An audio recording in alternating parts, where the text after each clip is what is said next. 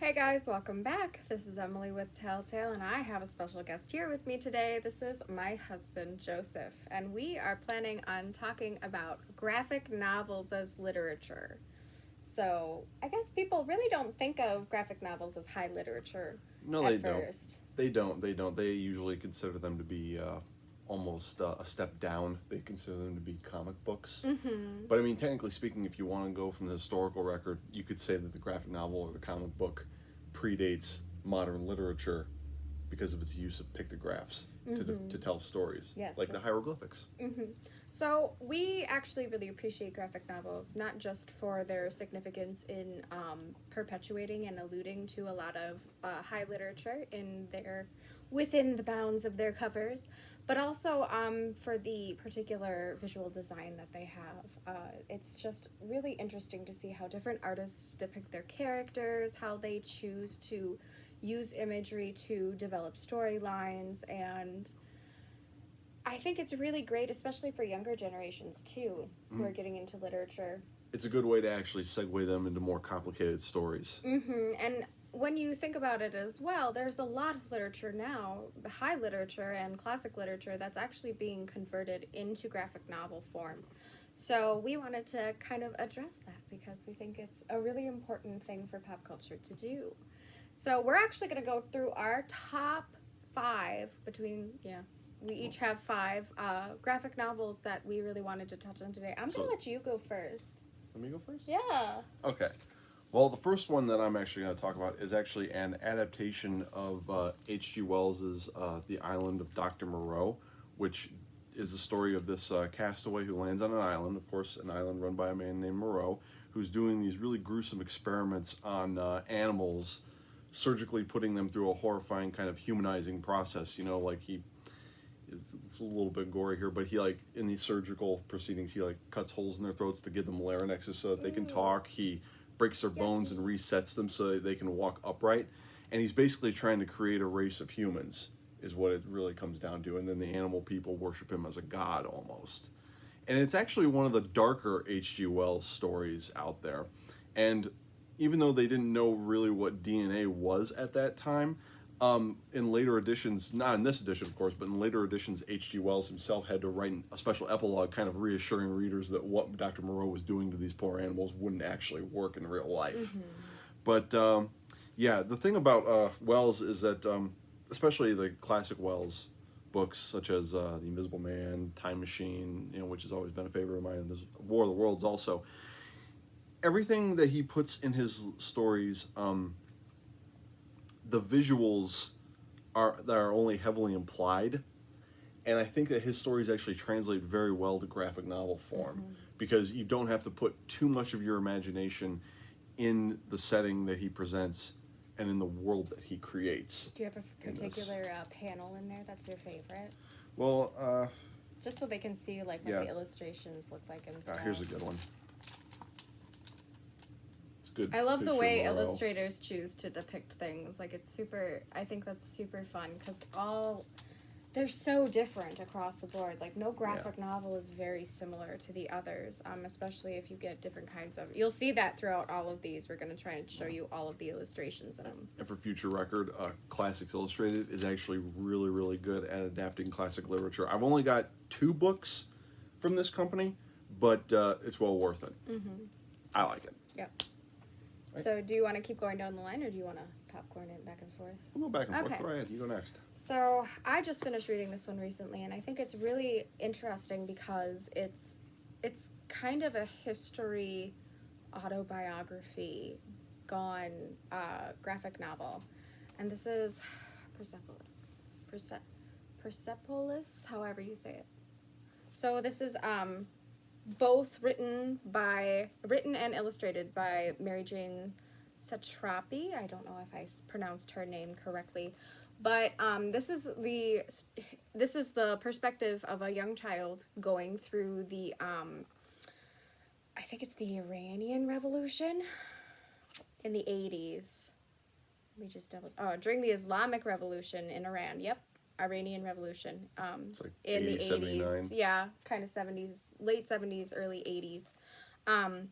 And this is just her perspective of all of the changes, the fear, what it's like as a child getting bombed, like how she dealt with the pressures of wanting her family members to be martyrs. So she would like make up stories for to tell her friends at school that her family was martyred, even though they weren't.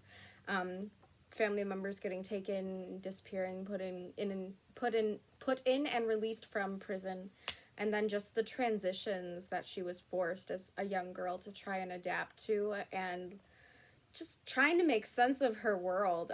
So this is really just very interesting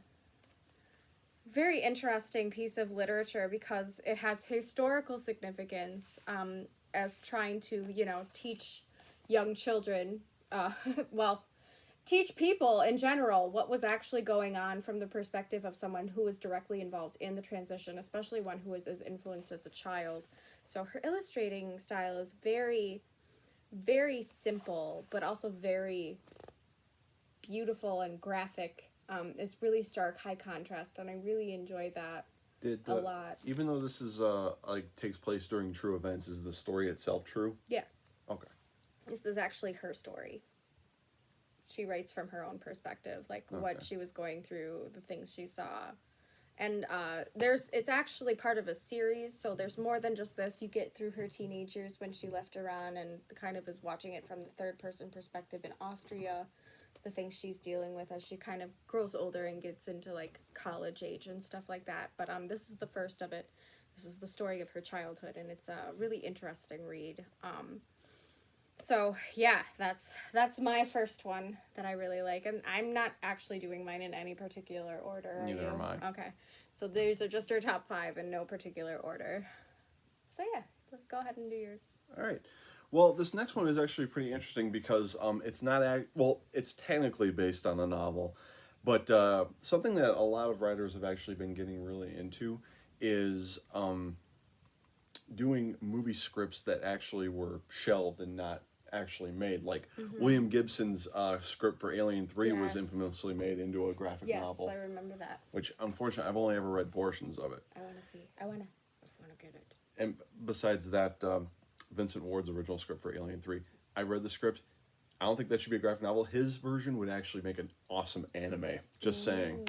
But the actual canceled script that I'm going to show you guys that was actually published by comedian and horror and sci-fi film enthusiast Dana Gould is Planet of the Apes Visionaries, or should I say Rod Serling's.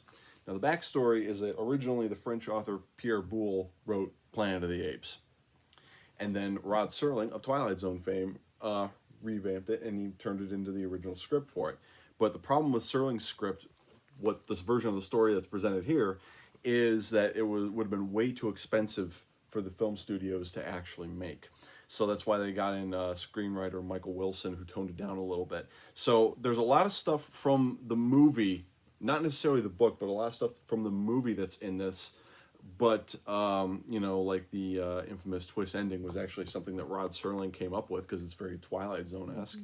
But Michael Wilson, when he came in, one of the things that he did was he toned down the era in such a way that it actually made the apes a more primitive society, because like the original Pierre Boulle novel, the apes actually live in a kind of a metropolis-like city-state, and they have like buildings, they wear suits, they drive cars. Like here's one picture right here that shows that they have their own version of the UN in there.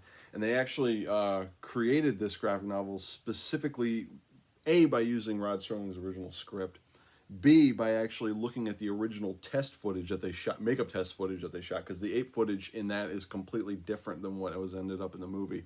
And then the third thing that they did was they actually took all the original storyboard art that they made for their presentation and then built an entire world and setting based solely on those 3 things. And it's really, really interesting to see what it would have looked like if it was solely a film by Rod Serling. I mean, in the end, Serling did get co-credit on there, but it's kind of interesting to see where he would have gone with it. Yeah. But yeah. I love the illustrations in that one, too. They just have a really realistic...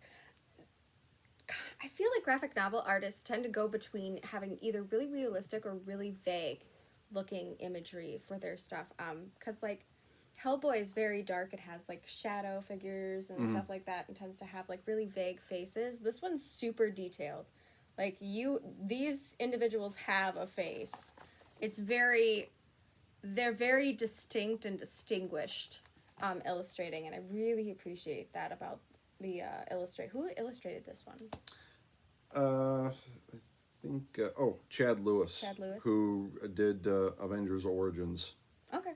Yeah, that's really, really nicely done. Yeah, that was really good. Hey, your turn. All right. I have Heart in a Box, Kelly Thompson and Meredith McLaren. This is a really interesting story about a girl who deals with a heartbreak issue, and it hurts so much that she wishes her heart away. And it's granted to her. She meets an individual, an angel or demon or someone who actually sells her heart. And then she regrets it because she can't feel anything. Like, she can't experience the human experience anymore. So she finds out that, so she kind of talks to this being again and is like, hey, how do I get my heart back? And he's like, well, I mean, it's kind of sold in pieces once you give them away. So you got to go find each piece of who asked for a heart kind of thing or whatever. So she actually has to go and find and kill the people who have pieces of her heart. Or the beings, I should say, because not all of them are human. So she has to kind of go and figure out how to do all that. I love the illustrations in this. Oh, that looks cool. Yeah, it's really interesting. So here's a good spread where you can kind of get an idea of what the art looks like. But it's just going through her traveling across the U.S. and around and stuff and trying to find the pieces of her heart and get them back so that she can have her whole heart again. And it's just really interesting. So it's, it's just a really interesting and bizarre story, but it's fun. It's got great illustrations. It's got great life lessons in it, interesting questions of morality. So I really enjoyed it a lot. I definitely highly recommend it. It's a good one. And that's a one-off one. It's not part of a series. That's just a single graphic novel. It's not adapted from anything. It's not as far as I know, it's not adapted from anything. So it's really, really, really well done. I appreciated it a lot. It's great. Here's. All right. Well, the next one I'm actually going to talk about was actually one that she previously mentioned, strictly for the illustrations of it. Hellboy, or rather the entire Hellboy universe, which... The whole series. Yeah, the whole series, which by and large is, it stretches a lot. I mean, the more recent ones have actually gone into science fiction territory, but I mean, it's action, it's horror, and there's a lot of literature, like high literature references scattered throughout the whole thing. Like there's one in, it's not in this particular one, where Hellboy slays a giant monster, and do you know what he says to it? He quotes Captain Ahab from Moby Dick as he charges at it. Nice. Which I thought was pretty cool. And then there's like a little marker on the bottom which actually says that it's the last words of Captain Ahab from there. And then they have all kinds of quotes and stuff in there. And the other example of that I'm actually going to give is actually from this standalone graphic novel that was made not too long ago, Hellboy Into the Silent Sea. This is where the title comes from. The fair breeze blew, the white foam flew, the furrow followed free. We were the first that ever burst into that silent sea. And that's from Samuel Taylor Coleridge, The Rime of the Ancient Mariner. So there's all kinds of like high literature references scattered throughout there, but also the illustrations in the Hellboy universe are awesome just because I mean, I'm a big sucker for horror, but they really know how to use black in it. They can actually, every single panel in every single comic book, no matter which main character it is that it follows, the art, they just know how to use that black. Illustration. That was beautiful. Which one? The one with the mermaid. That was gorgeous. It was towards the beginning. Oh, sorry. Look right there. Keep going. It was beautiful. There it is. Show them that one. Oh, so stunning. Oh, I want that tattooed upon my person. I don't know where. Yeah, it's great, though. That's a great way of showing how they use black. Like, black is a really powerful color that they use in here.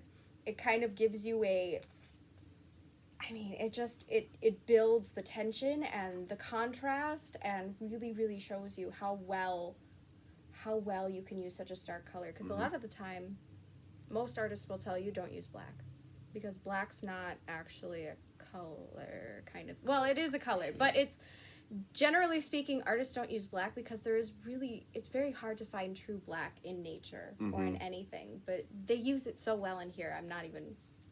Yeah, the whole thing about Know the rules and break them. That's what I say. the illustrations totally tell you what kind of tone you actually have in whatever Hellboy comic book you're watching. I mean, not watching, but reading. Because like I said before, the genres of each story can actually stretch. Some of them are lighthearted and comedic. Some of them are dark and gothic. And but yeah, and it's all told. It's mostly told through the illustrations and not necessarily in the narrative. Exactly. And Mike Mignola just knows his shit. Yeah, he does. He just knows his shit. He knows what's up. They're gorgeous. I love the Hellboy comics. Just visually, they're fantastic, and it's a fantasy, so you get really really interesting visuals because you're dealing with monsters and demons and all kinds of very fantastical creatures and beings. It's not just a bunch of humans trying to figure shit out. So the way those are interpreted in the series is really interesting. And of course, again, we have to really drive home that there is a lot of allusions to other stories, high literature, things like that, mythos, always wrapped into those kinds of things. That's actually a really good segue into mine, because this one, Sandman, the entire series of Sandman is fantastic, does the exact same thing that Hellboy does, except a little differently. As much of a fan of Hellboy as I am, I actually think Sandman does it a little bit better. Yes, Sandman is another one that really uses black well. Also does a lot of allusion to other pieces of high literature. In fact, reinterprets a lot of those stories from an alternative perspective. I mean, they actually have fictional versions of like real life So characters in good. there. I know there's a subplot in the entire Sandman series involving William Shakespeare. Yes, there's an entire subplot with William Shakespeare, so you get kind of bits and pieces of his stories and literature in those. It's fantastic. It's just really interesting, great imagery, really high contrast stuff. And interestingly enough, there's a lot of stuff in the Sandman series where it's not just high literature, but there are certain historical things you need to know. Like there's one involving the French Revolution, and you need to know just a little bit about Maximilien de Robespierre, and some of those people. There's one involving Caesar Augustus. And you kind of have to know his story a little bit. Yeah. It's really, and it just pulls in all of this stuff so well and so interestingly that it's so phenomenally done. And it kind of goes between, a lot of comic books kind of jump around. Like there's timelines, but it's not such a strict timeline that you can't figure out what's what. But there's a lot of flashbacks. There's a lot of like little mini stories in between that kind of break up, because some of these stories are really heavy. So it kind of has these mini stories in between that kind of break up the action a little bit, make it easier to swallow or easier to interpret, things like that. So, and then of course the characters are really memorable. Like Sandman's sister's death. So I mean, you have death as a character, and the way those are interpreted is really interesting. He's one of the Endless, and they are beings that exist because of the existence of humans. And they've always been kind of like the ultimate being, God in this case. There's a God in this one, and a hell, and a Lucifer, and then of course the spin-off series Lucifer happened from that. So and of course that's connected also to the John Constantine Hellblazer series. Yep. So this is all Vertigo. So I love me some Vertigo. So yeah, Sandman. And there's also an audio book version that just was released recently. I saw that, and I thought that was pretty cool, but I'm very partial to the graphic novel series, so I say read that first. Go for it, babe. All What's right. next? The next one is actually an adaptation of one of the best adventure novels ever written, in my opinion. Now, the graphic novel is the Warlord of Mars series, but this volume 1 is actually the series is actually John Carter of Mars. Yep. And John Carter. this volume 1 is actually a really good adaptation of book 1 of the series, which is called A Princess of Mars. Except without all the nudity. just have nudity Yeah, already. yeah, there is. There's some nudity. Yeah, like that guy, but Yeah. Martian. but still, like everybody's naked in this one. The She would not be clothed like that. She Yeah. didn't have that stuff. yeah, that's very true. Now the thing Great though, illustrations though. the thing about John Carter of Mars is that a lot of people kind of think of it as almost a ridiculous storyline, mostly just because the John Carter film bombed at the box office back in 2012. But what most people don't realize is that they love Star Wars. They kind of love Flash Gordon, which helped inspire Star Wars. But John Carter of Mars is the original space opera. He's the OG of space opera. We wouldn't Original gangster, yo. we wouldn't have Star Wars if it wasn't for John Carter of Mars, and more importantly, hi Shelby, have a cat. we wouldn't have Superman if it wasn't for John Carter of Mars. That's true. Because the whole idea is that he's stronger on Mars because of a weaker gravitational pull, and it was written. The entire series was written by Edgar Rice Burroughs, who's more famous these days for the Tarzan books. Mm-hmm. But I really like John Carter of Mars. It's really interesting. He's a former Confederate soldier who somehow astral projects to the planet Barsoom. Barsoom is actually what the locals refer to the planet Mars as. Mm-hmm. And it's about his adventures on there. And yeah, it's actually a pretty straightforward adventure story. Like the plots, It's a lot of fun. plots don't get too complicated at all. It's a classic sci-fi novel. And we have to remember too, a lot of sci-fi novels were actually written for young adult readers. This wasn't high literature, so adults really didn't think that way. But that also makes them really great for a transition into graphic novels. Mm-hmm. Because graphic novels are great visual for especially young adults, and I wouldn't say it's children's literature, but for young adults who are trying to get into literature, this is a good way to segue again. So it's a perfect rendition. Edgar Rice Burroughs was a guy who really knew how to hook his audience in with it. He did. So. All right, are we on to me again? Go right ahead. My last one. Did I have 5? Oh, yeah. No, second to last one. The Dark Crystal. These are the creation myths, illustrated by Brian Froud, who is a phenomenal artist. He's the one who actually engineered the whole mythology. Yes, he did the whole mythology for the Dark Crystal. He was basically the artist in chief. Well, behind Jim Henson. Yeah, behind Jim Henson, but like he concepted everything. Jim Henson made it real. So his work is amazing. He's a fantastic illustrator. And of course, the creation myth is its own kind of original story. So if you enjoy the Dark Crystal films or have read any of the graphic novel renditions or seen the television series that was it Netflix did, this is a really great, fun kind of creation myth. It's a trilogy, I believe. I think there's 3 or 4. How many do I have? 3. So it's a trilogy, and it's just, this is so well done. Like, this world is so immersive. It's so unique. It's so cool that they actually are expanding on the Dark Crystal mythos, because before, all we had was the movie. Yeah. Not that we needed more. It's nice to have it, more. though. Yeah, we wanted more. But we didn't need more. Didn't need more, but they did leave a lot of questions that were unanswered. So, I mean, you've got really great illustrations, really full, beautiful panels. Actually, one of the things I love about these is that they are really good at using full panels for illustrations. So, I mean, it does make this a few more pages than normal, than it probably would if they didn't. But they really just use up space well to give you full understanding of what things are. The creatures in here, of course, are fantastic. The coloration is good. This is one of those ones, though, where, like, black is very rarely used in it. So it kind of contrasts to those other bits that we have. But you just kind of get really great, beautiful illustrations. Really quirky, memorable characters. It's phenomenal. It's just a great story with gorgeous art. I can't get enough of it. I want there to be more, but of course, I'll have to take what I can get. It is what it is. So yeah, definitely recommend that one. Jim Henson / Brian Froud, The Dark Crystal Creation Myths. It's a trilogy. So it's easy to swallow. I kind of like those one-offs and like trilogy ones because you don't have to dedicate a ton of money investment or a ton of time into really getting good stories. That's just me. You have like everything for Hellboy, and there's like 30 million of them. Pretty much. Yeah. All right, go for it.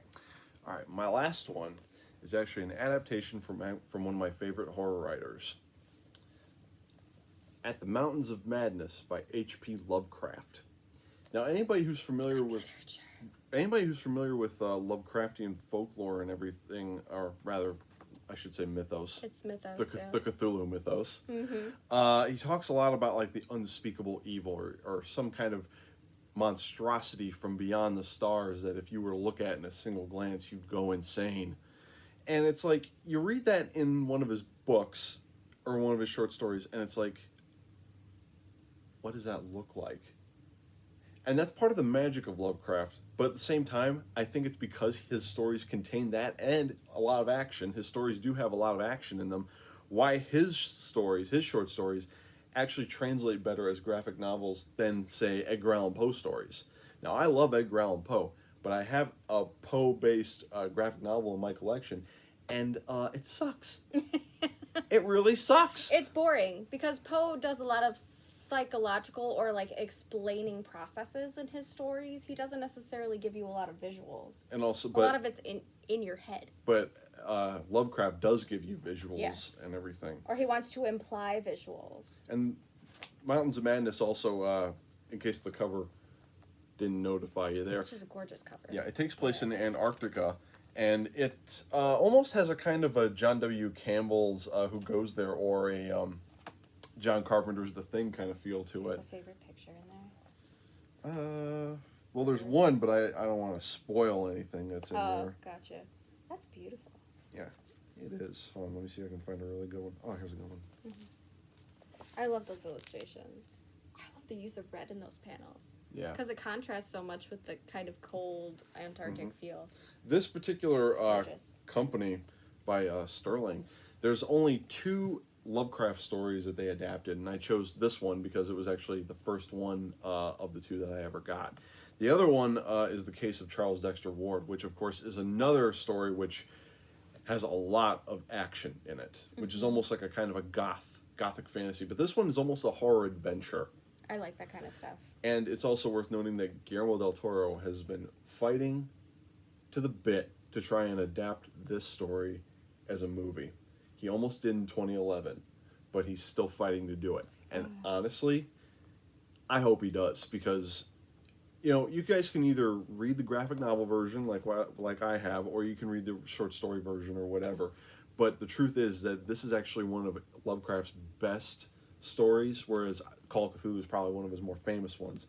But this one, on the other hand, is better just because it creates a great kind of tone, and it creates really great visuals. And a lot of those really good visuals are properly illustrated through this. Who's our illustrator for this guy? It's somewhere in here. Is the front cover that? Does it say on the front cover? Illustrated by I.N.J. Colbard. I'm not familiar with him, but I like the way this is illustrated. It's beautiful. And like I said before, I'm not going to show you any more panels, because I don't want to show you what these 2 characters are looking at on the other side of that hill. That's it for that. All right, my last one now too is Free Country, A Tale of the Children's Crusade.